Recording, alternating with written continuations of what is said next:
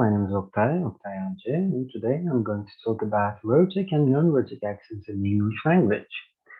Well, what I'm going to talk about today is that I'm going to talk about what is rhoticity, I'm going to talk about the differences between rhotic and non-rhotic accents, and I'm going to talk about, throughout the world and like which parts of the world speak, like which accent, is it rhotic or non-rhotic?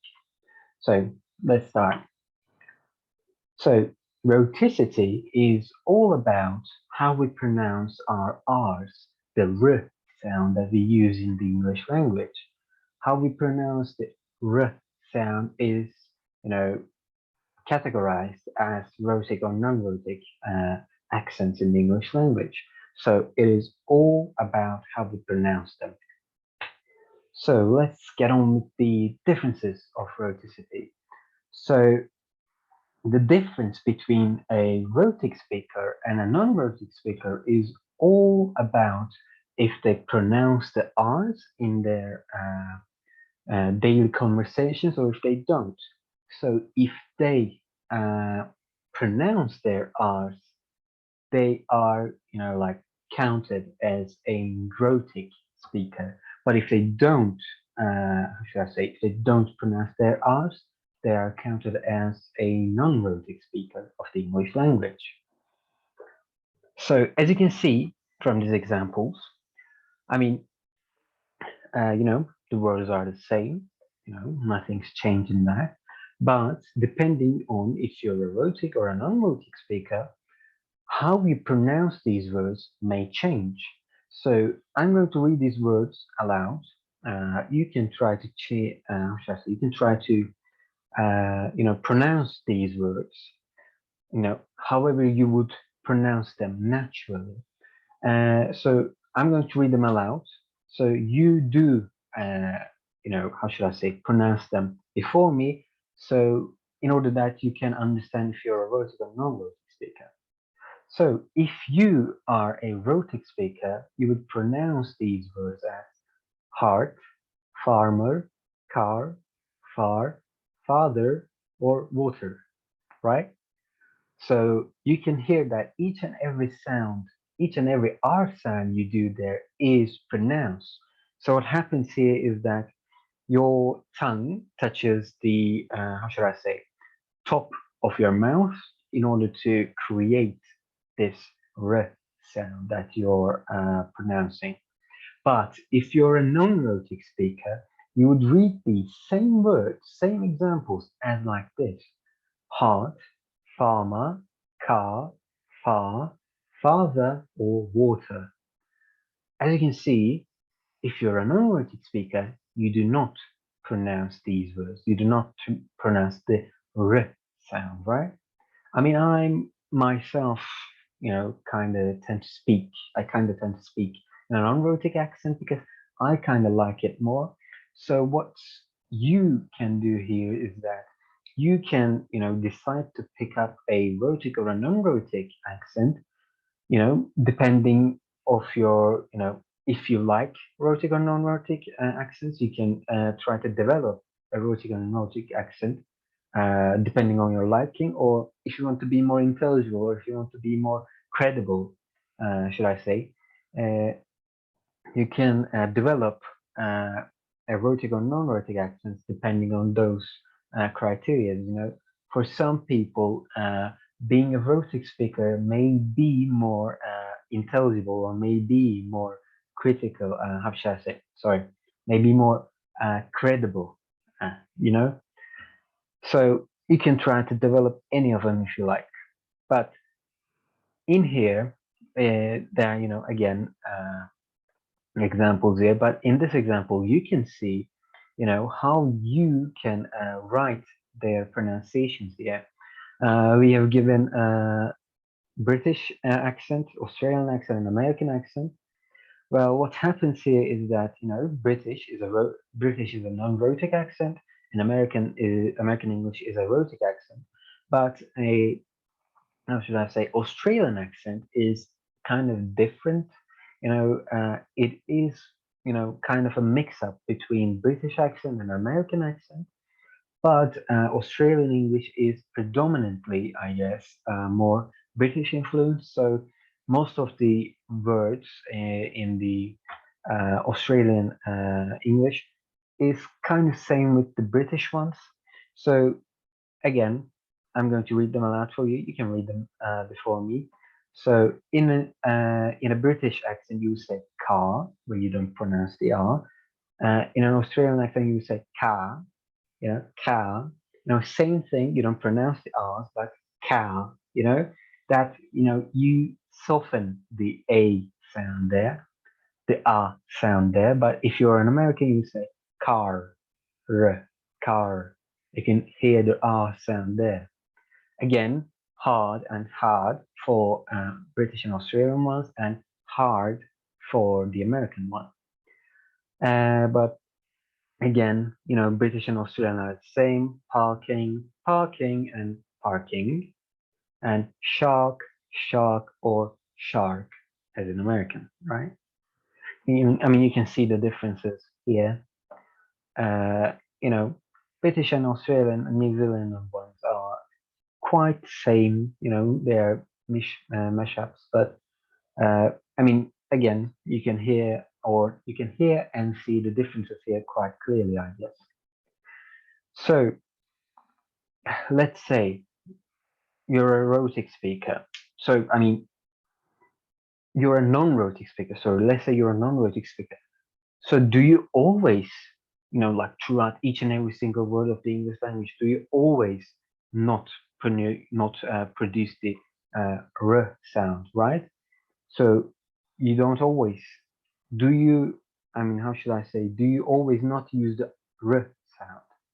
Well, I mean, obviously not. There are always ways to use the r sound in the English language, even if you're a non-rhotic speaker. As you can see from these examples here, if the r sound is, you know, you know, if there is a, how should I say, sorry, if there is a vowel sound that comes after the r sound, you produce the r sound when you speak in a non-rhotic accent. You pronounce them.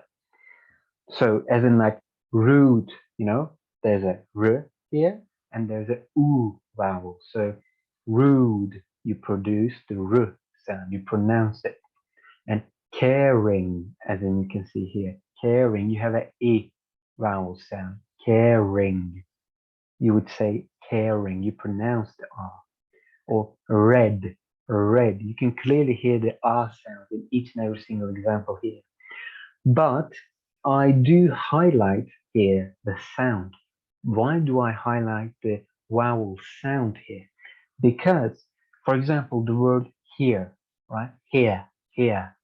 It is Here, right? So there is a vowel comes after, the E vowel comes after the R sound. But when you speak it, when you say the word here in a non-rhotic accent, you say here. You don't say here, as in like rhotic speakers. You say here. So why does this happen is that the E at the end of here is actually silent. So I highlight the vowel sound here, not vowels, right? So vowel sound is important, not the vowel itself. So, I mean, how do we produce these silent R sound, right? Silent R sounds. So, I mean, I said, when I was giving the first example, I said, your tongue, when you make a proper r sound, your tongue touches the top of your mouth. But when you're trying to produce a silent r sound, for example, when you say here, right? Here, your tongue almost touches the bottom teeth of your mouth. I mean, it sometimes touches and sometimes it does not, but it doesn't really affect it that much. But what happens to your tongue is that your tongue almost touches the bottom teeth of your mouth. So that is how you produce the sound. So in this slide, I'm going to talk about just a tiny bit of the history of rhoticity. So, I mean, you know that there has been many great changes in the English language. You know, between the 17th century, like 16th to 17th century, you know, great vowel shift has happened. You know, all the other things have changed in the English language. So, if you thought about how people spoke back in the day, you know, let's say in the 15th century or 14th century, how do they speak? You might think about that. So let's say you know the British accent is the oldest one among all of the English accents.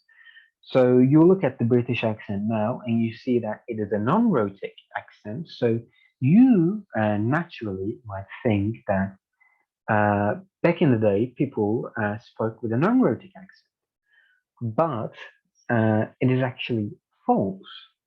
So again, you know, differences have happened in the past between 16th to like 16th and 17th centuries and so on and so forth.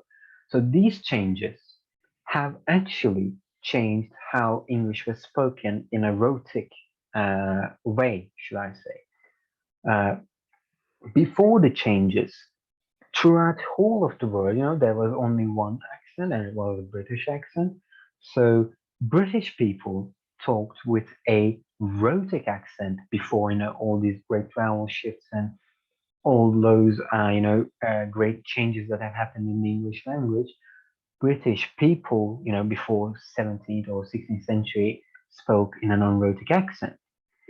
The best way we can say that, the best proof that we can give in this manner is that the how Americans speak now.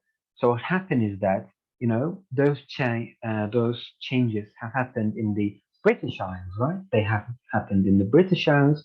So before those changes have occurred, the British colonizers have already settled in like the American continent. So they spoke as they spoke before the changes. So they spoke in a rhotic accent.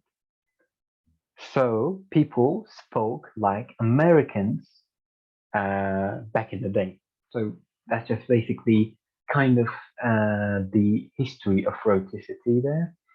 People used to speak in a rhotic accent, but uh, they after the changes they don't now, right? So who speaks rhotic or non-rhotic in like throughout the world, right? So as you can see from here, the ones that are highlighted in red in this map are like speakers of rhotic accents, but the ones highlighted in blue are the speakers of non-rhotic accents. But as you can see, you can see America, Mexico, you know, north side of the South American continent speaks in a rhotic accent, and throughout almost like all of the world also speaks in a non-rhotic accent. You know, almost like excluding Africa, excluding some parts of Africa, should I say, almost each and every single country speaks in a non-rhotic accent. We are included in that as well. Turkey, as you can see here, also speaks in a non-rhotic accent. We might not speak completely in a non-rhotic accent, but we are taught uh, in like a non-rhotic accent, you know. But as you can see from here, like Canada, you would expect Canada to be a like a rhotic accent. You would expect you know, Canada, Australia, or New Zealand would be kind of maybe rhotic or non-rhotic. So what happens between Canada, Australia, or New Zealand is that you know there were once all you know how should I say domains of British Empire, so they were heavily influenced by that. But nowadays they are a bit mixed between American English and British English. I mean, people in Canada mostly speak like Americans, but I guess the way they are taught English in their like schools or something, they are probably taught in a British way, like we are being taught in our schools. So they might not speak as British as they were supposed to back in the day, but they are more like an American sounding. I'm sure they are more like American sounding accents now, but they are, again, as I said, they are mixed. So, you can see again Americans, Japan, Indonesia, and I guess that's Vietnam, those countries all speak an erotic accent, and the rest of them speak in a non-erotic accent. So these are my references. So I have just watched a couple of videos, and I've tried to make one slideshow, taking parts from all of them. So I mean, thank you for listening to me, and I hope I can see you next time in a different video. So see you later. And till then, I guess. Bye.